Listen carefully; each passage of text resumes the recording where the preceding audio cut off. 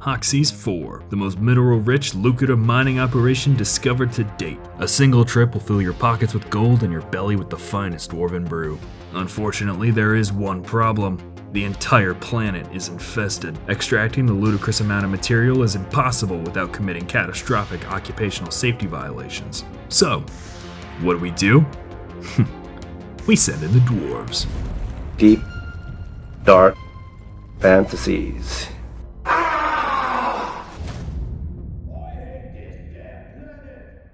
Deep Rock Galactic is a game I've been playing since it went on a free weekend last year. Now that it's out of early access, there is no better time to cream all over it and tell you all about this fucking masterpiece. You and 3 other vertically challenged, OSHA-violating alcoholics embark on missions to bring back as much loot as humanly possible. But the planet isn't exactly rolling out the welcome mat. You're gonna have to figure out for yourself how to get all that loot. Your team has the tools to get anywhere they need, and check this shit out. Everything is destructible. If you thought this would be a Dwarven game without any digging in it, you were dead wrong, Leaf Lover. You may have noticed by now that the art style looks a little unconventional. The best way I could explain it is that everything has a lot of unnecessary angles. It looks a little bit odd, but this is fucking essential to make all the terrain look good. You may have forgotten already, but a few years ago when Minecraft was hot shit, there were about 1 million goddamn knockoffs, and not all of them used the voxel-based building. At best it just kinda looks off, but at worst... What the fuck is happening? What the fuck is going on? What's happening? You make a hole in the ground and yeah, it looks a little weird, but you don't notice because everything looks like that. The caves, the minerals, the dwarves, even the foam in your beer. This makes the models look a bit simplistic, but once you plop them into the caves and combine them with the great lighting and the beautiful environment effects, that makes this a very pretty game to look at. I might be biased because I fucking love caves like this. They always make me like weirdly nostalgic. You're plopped into a massive, complex, procedurally generated cave, and the game is completely designed around using the destructible terrain to its fullest. Caves generate with a lot of rooms and tunnels that come close to one another, so you can whip out your 3D terrain map, find out where you want to go, and either dig straight to it or just run the old-fashioned way. You have a set of weapons and tools which all consume a limited pool of ammo, and you can call in a resupply if you mine enough nitro. This creates a natural push and pull to missions, since running out of ammo is a real issue, so you're always sniffing high and low for that red stuff. Just don't get crushed by the pod. Oh. He got turtle fault. Unfortunately, you are not alone here. Eventually, you will piss them off. Whether it's stealing an egg from their burrows, stealing too much of their gold, or just simply existing, your actions will trigger a swarm. Combat positions. The swarm is here. Swarms are waves of enemies that happen every few minutes and force you to stop whatever you're doing and fight. If you're caught away from your team when a swarm hits, you better hurry your ass to regroup if you don't want to end up like Carl. Oh, alright, we try this again. Combat is so fucking fun. The swarm structure means that you have to be ready to hunker down and form a defensive position pretty much anywhere, and you absolutely have the tools to do that. It's really great at naturally creating those like epic trailer moments where your whole team is standing back to back and like constantly shooting at all the bad guys. And while you're actually fighting, every gun looks and feels great, and all the enemies are reactive and satisfying as hell to shoot at.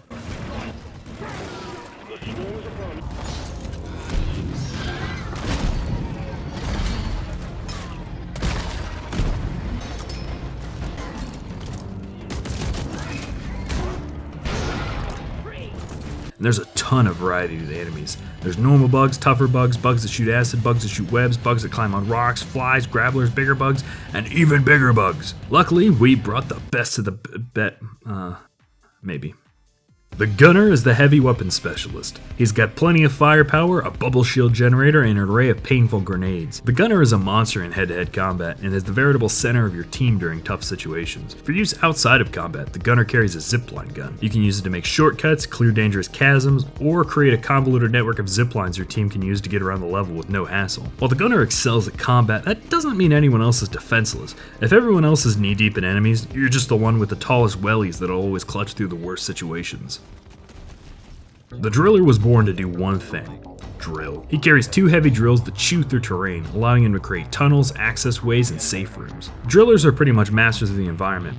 Any obstacle can be overcome with a bit of digging and maybe some high explosives. When you play enough Driller, you stop seeing the world as a set of caves and tunnels that you must carefully navigate, but rather as a set of rooms that you connect together with your tunnels. As such, Drillers are completely content to drill straight towards every single alien egg with no regard for the team's position, triggering 3 simultaneous swarms before gracelessly expiring. At the end of each mission, you call in the drop pod and then run like hell before it leaves without you. But if you have a Driller, he can just dig directly towards the pod while his team provides cover and fire from the rear. On the rare occasion he's not drilling, the Driller also carries a flamethrower and can unlock a goddamn cryo cannon. I think it's objectively worse than the flamethrower, but I don't care. Why would I want to kill normal enemies when I could just cheese the biggest motherfucker straight into the Shadow Realm? As you'd expect from the name, the engineer gets a sentry turret, or 2 with an upgrade. The turrets are great for holding down an area, but if you need even more gun, he's also got an auto shotty and a grenade launcher. For out of combat, he carries a platform gun, which is great for building bridges, making stairs, or just generally maneuvering a complex area. Now the engineer might sound a little simplistic, but this platform gun is so versatile. If we use the Minecraft analogy, everyone is able to destroy terrain, but the engineer is the only one that can create terrain. He also has a set of grenades, but I've never seen them. Everyone uses the dab grenades. I call them that because they create a holographic projection of a dwarf Fortnite dancing, and everyone knows aliens fucking hate Fortnite. The Scout carries a personal grappling hook, which gives him unparalleled mobility. By design, everything in the game consumes ammo, except for the grappling hook. It just recharges after a few seconds, so you can pretty much always zip around the caves like a runty, alcoholic Spider-Man. Why walk anywhere? This is your life now. Then you might be thinking, that's useless, who cares about the class that doesn't provide mobility for his team? And then you run into minerals on the walls or ceiling. Having a Scout is a huge time saver when the stuff you need to get is high up in a cave. Just plop up a platform and he can zip up and grab whatever it is. You may have also noticed that the caves of Hoxie's are dark, like really dark. Everyone has a headlamp and throwable flares, but those are only good for seeing what's near you. The Scout has a flare gun that can light up entire rooms. What the hell are you two doing? Yeah, light is a gameplay element here. You can only fight what you can see. You might think you're safe, but in reality, there's a whole host of nasties crawling on the ceiling under the cover of darkness. It's also borderline essential out of combat, since your team needs to be able to actually see to be able to use their utility. When you get back from a mission, you can unlock perks for your miners and upgrades for your guns.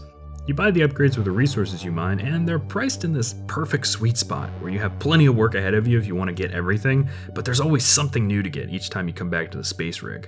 Each upgrade is distinct enough that you can make different builds for each miner, but not so essential that you get bullied for having the wrong build. There's also tons of cosmetics to get, and don't worry, there's no premium currency or like menus screaming at you to buy things. There's a couple cosmetic DLCs, but all of those are outside of the game. You have a ton of options for customizing your dwarves, but I just made a couple meme characters and called it a day. I've got Colonel Sanders, Hulk Hogan, Black Santa, and me. Yeah, I pretty much look like this. And once you level up a miner enough, you can do a special mission to promote them. Promoting a miner lets you unlock the hardest difficulty, and you can play that class in deep dives. Deep dives are basically endgame content. You play through 3 missions in a row on the hardest difficulty with shared mineral ammo counts between the 3 missions. You can only play deep dives with miners that you've promoted, and while it does kind of take a while to promote every miner, I think it's perfect pacing. Once you get to level 25, you have a pretty good understanding of the intricacies of that class, and you've had enough time to upgrade all their gear. The star on your profile icon tells everyone else that you don't need to be told what to do. After you're promoted, you can also start to get weapon overclocks, which usually have both upsides and downsides. There's normal stuff like more damage for the minigun at the cost of accuracy, or firing both barrels of the sawed off at the same time, but some stuff is Yeah. Yeah, I didn't expect that. That's so spoofy looking. Since all the utility is split between the classes, you actually have to work together, especially in the harder missions. Now, you think that'd be a total bitch since this is an online game, but no, this community is fucking great. Hey Angie, can we get a platform up here real quick?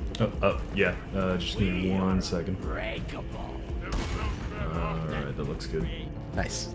I think the real secret is that, by design, there isn't really any room to be selfish or harmful to the team without just going completely out of your way. All the loot is shared and you don't get any credit for being the one person to complete an objective. Even if you say screw your team and run off, you'll either die and learn your lesson, or the difficulty is so low that you don't really matter. Alright, we try this again. Most of the annoyance that your teammates cause is born from their inexperience rather than just them being cunts.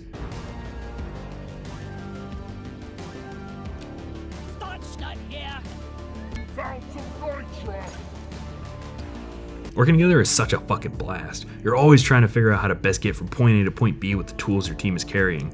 Sometimes you'll even learn more about the classes from the way your teammates play them. Like here I learned you can use the driller's satchel charges to clear dirt in a pinch.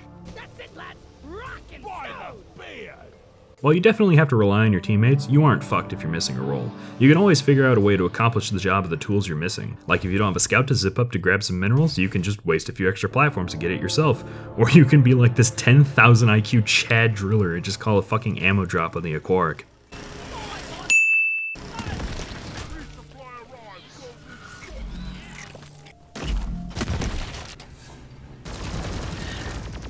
You also have a laser pointer to ping stuff, which is pretty much the most communication you need to have with your squad when everyone knows what they're doing. And at any time you can press the dedicated button for Rock and Stone! Complete an objective? Rock and Stone! Kill a big enemy? Rock and Stone!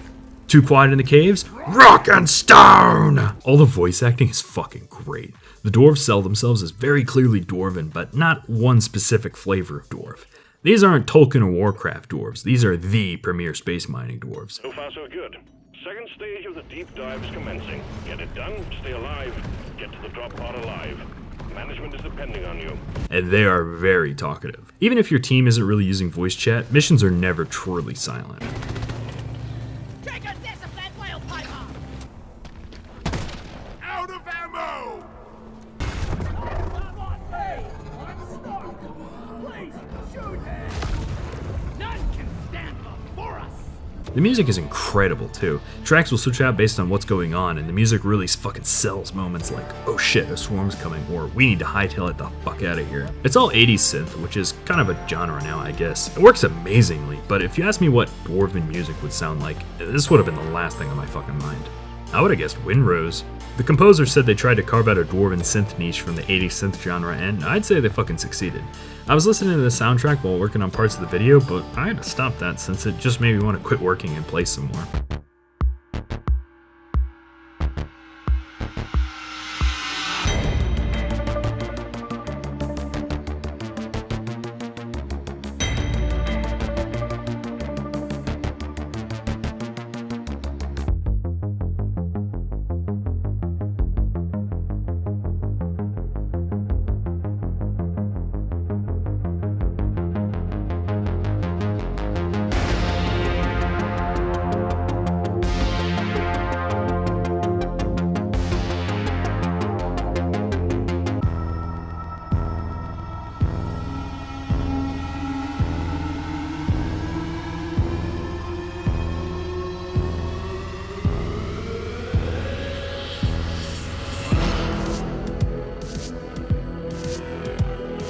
Currently the game is sold for $30, but if that's too much for you, it goes on sale pretty often. I picked it up for half price when I originally got it. If it looks fun to you, you should get it and, play, but I don't care. I'm gonna go play some Deep Rock now.